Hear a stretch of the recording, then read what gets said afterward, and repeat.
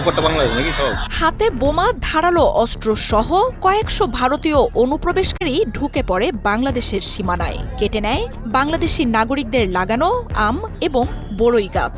বাধা দিতে গেলে বোমা ছুঁড়ে মারে অনুপ্রবেশকারী ভারতীয়রা, আহত হয় বেশ কয়েকজন বাংলাদেশি নাগরিক। এভাবেই শনিবার চাঁপাইনবাবগঞ্জের বিনোদপুর ইউনিয়নের চৌকা ও কিরণগঞ্জ সীমান্ত এলাকায় ভারতীয়রা অবৈধভাবে বাংলাদেশের সীমানায় প্রবেশ করে সংঘর্ষে জড়ায়। বাংলাদেশিরা পরে প্রতিরোধ গড়ে তোলে।